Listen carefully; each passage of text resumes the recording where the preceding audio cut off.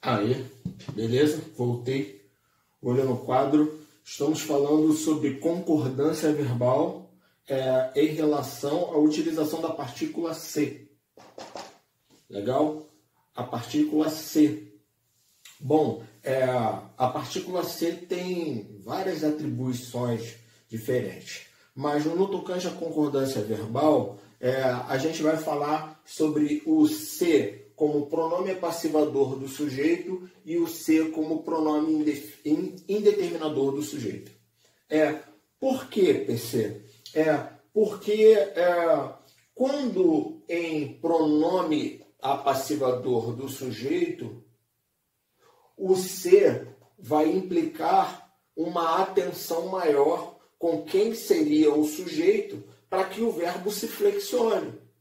Mas quando ele não é o pais e sim pis, o pronome indeterminador do sujeito, ele vai implicar a atenção para que você jamais flexione aquilo que pode vir a parecer o sujeito. Esse eu não entendi. Bom, calma, eu vou falar mais devagar e vou falar com um pouquinho mais de detalhes. Presta bem atenção. Bom, quando a partícula C é um pronome passivador do sujeito, é porque esse C está se relacionando com um verbo transitivo direto ou com um verbo transitivo direto e indireto. De qualquer forma, veja, quando isso acontece, o verbo em questão tem um objeto direto.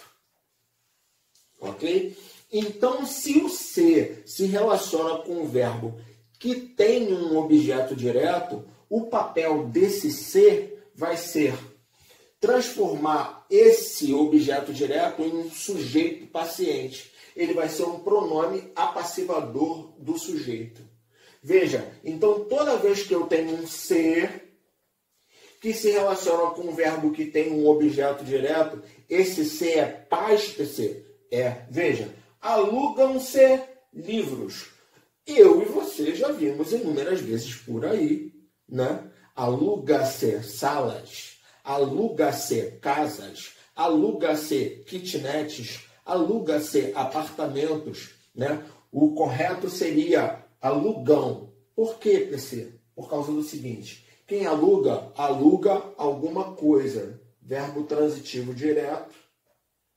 Aluga o que ou aluga quem? Se eu posso dizer o que ou quem, o verbo é transitivo direto e a resposta vai ser o objeto direto. Não entendeu o que eu falei? Dá uma olhada no meu vídeo sobre predicação verbal, beleza? Mas vem comigo. Então, quem aluga, aluga alguma coisa. Alugou o quê? Livros.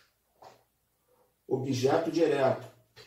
Legal? Se eu sou uma negação com esse negócio de descobrir se é transitivo, se é intransitivo, se é de ligação. Vídeo sobre predicação verbal. Beleza? Depois.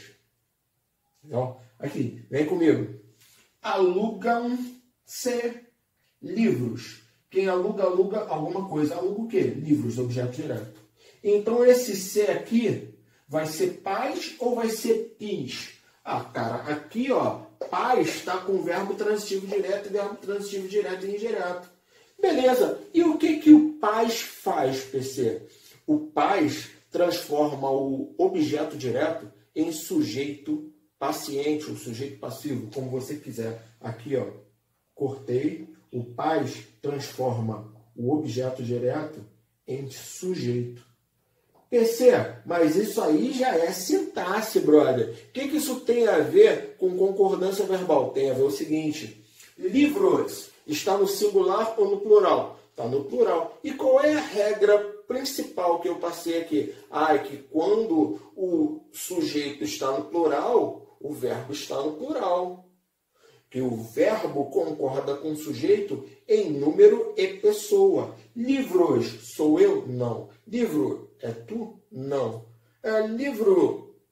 Livros, eles, os livros. É a terceira pessoa, do singular ou do plural? Do plural. Então, o verbo tem de estar na terceira pessoa do plural. Eu não posso dizer aluga-se livros, porque o sujeito agora é livros. Então, se o sujeito está no plural, o verbo tende a estar no plural. Consegue me entender? Olha o exemplo de baixo.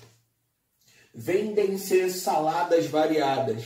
Eu coloquei esse exemplo porque eu acesso muito, né? Eu como salada direto. E aí eu botei aqui. É por isso. Aí, vendem-se saladas variadas.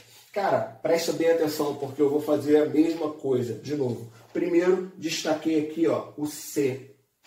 Tá vendo? Quem vende, vende alguma coisa. Vende o quê? Ou vende quem? Nesse caso aqui, saladas. Então, verbo transitivo, direto. O que que vendem? Saladas variadas. Objeto direto. Então, o C vai ser paz ou pis? Vai ser paz. Mas, PC, o que que o paz faz?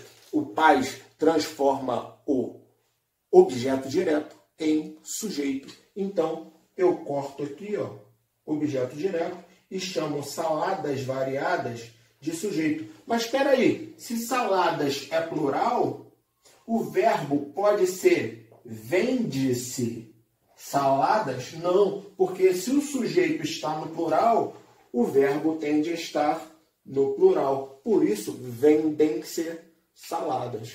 Consegue me entender? Espero que sim. Mas e aí? O que tem a ver o pis? Vem comigo, vamos entender. Então, vamos aí. Falando sobre o pis, né? O pronome indeterminador do sujeito em relação à concordância verbal. Se você ouvir cachorro latindo, alguma coisa assim, não esquenta a cabeça não. Eu estou gravando de madrugada e aí, como está muito silêncio em volta, enfim. E não repara também a minha dicção, eu mudei o aparelho, então está meio difícil de falar. Então vem comigo. Pis. Pronome indeterminador do sujeito. Pronome indeterminador do sujeito. O que ele tem a ver com a concordância verbal? E por que eu estou associando pais e pis?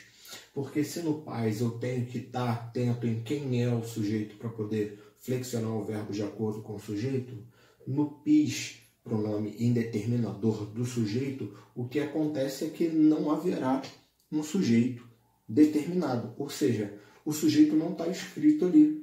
Se o sujeito não está escrito ali, o verbo não pode se flexionar. Ou seja, a concordância do verbo tem que ser feita em terceira pessoa do singular, sempre. Então vem comigo. Ó.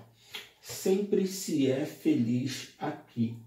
Sempre se é feliz aqui. Aí eu marquei aqui, ó, verbo ser, beleza? O verbo ser é um dos verbos de ligação, né? Mas o que faz ele ser de ligação? Ele ser um estado e ter um predicativo do sujeito. O predicativo do sujeito está aqui, ó, feliz. E o ser? O ser não tinha que estar antes, não tinha que estar depois. Bom, o ser pode estar antes, próclise, pode estar depois, ênclise, pode estar no meio do verbo, mesóclise. Nesse caso aqui ele está antes. Então a gente tem um caso de próclise. É assunto para outro vídeo. Mas vem comigo. Sempre se é feliz. Cara, verbo de ligação. Verbo de ligação. Se é verbo de ligação, tem objeto direto? Não, não tem objeto direto. Se não tem objeto direto, pode ser pronome passivador do sujeito, esse ser? Não, não pode. Então ele tem que ser o quê? Pronome indeterminador do sujeito. Ele tem que ser pis. E o que o pis me diz? O pis me diz que o sujeito dessa oração é um sujeito indeterminado, porque o pronome é um pronome indeterminador. Então, o pis me diz que o sujeito é indeterminado. Senhores, se o sujeito está indeterminado, o verbo não pode ser flexionado no plural. Então, nesse caso, o verbo vai ser ele vai ter concordância obrigatória na terceira pessoa do singular. Beleza? Olha o outro exemplo. Vive-se mal hoje. Vive-se mal hoje quem vive, né? Verbo intransitivo. Coloquei aqui, ó. Verbo intransitivo. Beleza? Beleza. Se o verbo é intransitivo, ele tem um objeto direto? Não, não tem. Se ele não tem um objeto direto, não pode ser pais. Se não pode ser pais, é PIS. E o que o PIS me diz? Que o sujeito é indeterminado. Então aqui, ó, esse ser é um PIS que me diz que o sujeito é indeterminado. E se o sujeito é indeterminado, o verbo tem que ficar na terceira pessoa do singular. Tudo bem? O F ficou na terceira pessoa do singular, vive está na terceira pessoa do singular. Legal? Olha o último exemplo aqui sobre isso. Precisa-se de respiradores. Precisa-se de respiradores. Quem precisa, precisa de quem? De que?